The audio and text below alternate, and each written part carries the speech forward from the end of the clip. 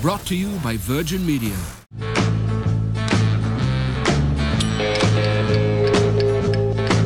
We want to know what you think of remakes. Have many surpassed the original, and what remakes should never have seen the light of day? Get in touch now and let us know your thoughts. What are the best and worst movie remakes? Tweet us now to @3EIreland and include the hashtag box office. To help you jog your memory, here's a look at some recent remakes. It was recently announced that Jamie Lee Curtis would return to her iconic role of Laurie Strode for the remake of Halloween, which is set for release next year, 40 years after the original.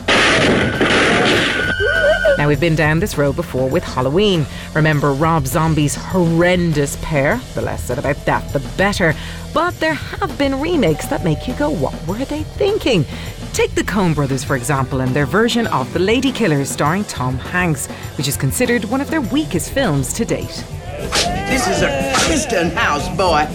But that didn't stop them. When they announced they were going to tackle True Grit, everyone thought they'd lost their minds. But instead of remaking the John Wayne Oscar-winning film, the Coens went back and made a faithful adaptation of the book. I will kill this girl! Biggest mistake you ever made. Tell him that God's gonna cut you down. Many filmmakers have done the same thing. Take John Carpenter. His version of The Thing is considered by many as one of the great remakes that actually surpasses the original.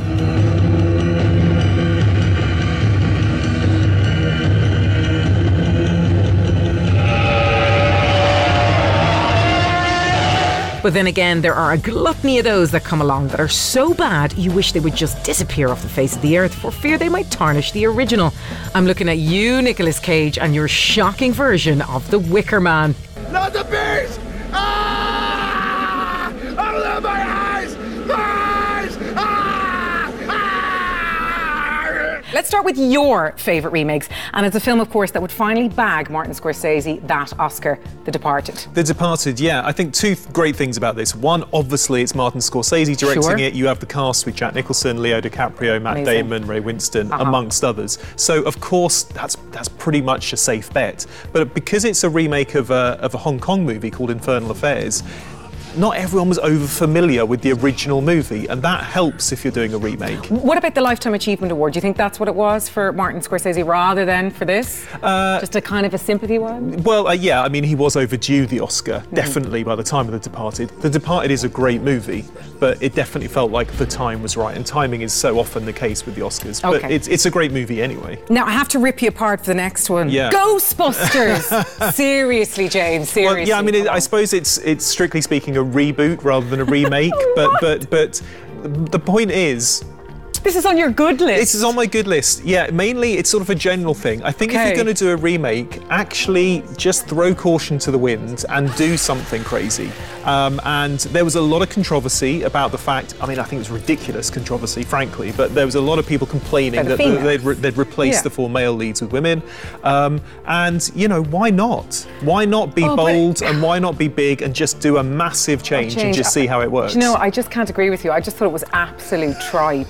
Like, but from the moment it started, I mean, I'm not here to defend the recent Ghostbusters as a great movie, but I like the fact that they tried. I think that's why I put it in there. Okay, we'll beg to differ, all right? Let's move on to The Fly. We're going back to 1986 here with this one. 86. Yeah, so a remake of an old 50s movie, actually. And sometimes, you know, the original was great in 1958, but sometimes the effects just look a bit dated and it looks a bit like a B movie or a Fly movie. You know, so it needs a remake just to be up to date. And David Cronenberg and Jeff Goldblum remade it with modern effects and did it very well with their own spin on things. Now, before we move on to your worst ones, a few quick tweets in here. Richard Diamond has been touched to say that the remake of Ghostbusters was pretty brutal. Thank you, Richard, especially when the first one was so good. Mark Brown wrote in to say Arthur starring Russell Brand was only shocking.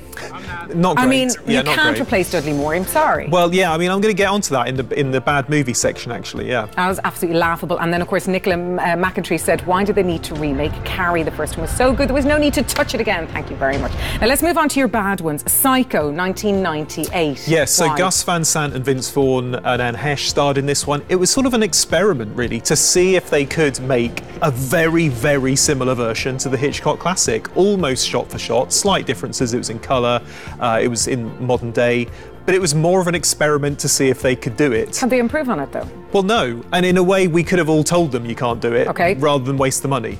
Now, the Pink Panther 2006, this is Beyonce's kind of breakout role, wasn't it? Yeah, and this goes back to the Arthur comment, actually, about Russell Brand. You can't, this is Steve Martin trying to fill the boots of Peter Sellers as Clouseau. And if someone has made a role their own, whether it's Dudley Moore or Peter Sellers, you can't really just be a pale imitation of them. It felt like he was sort of a covers band in that, trying to be Peter Sellers, but obviously, you know, you can't copy him. You can't copy them. Okay, let's move on to the horrors. A Nightmare on Elm Street, that's in 2010. Poltergeist, pardon me.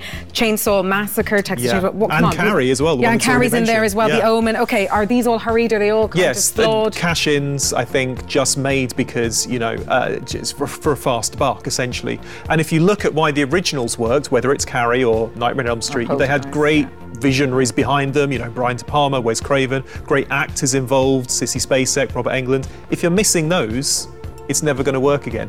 I think the worst ones just cruise, you know, they just don't really bother. You've got to be bold. All right, James, listen, thanks very much for those valid opinions, though we'll disagree on Ghostbusters.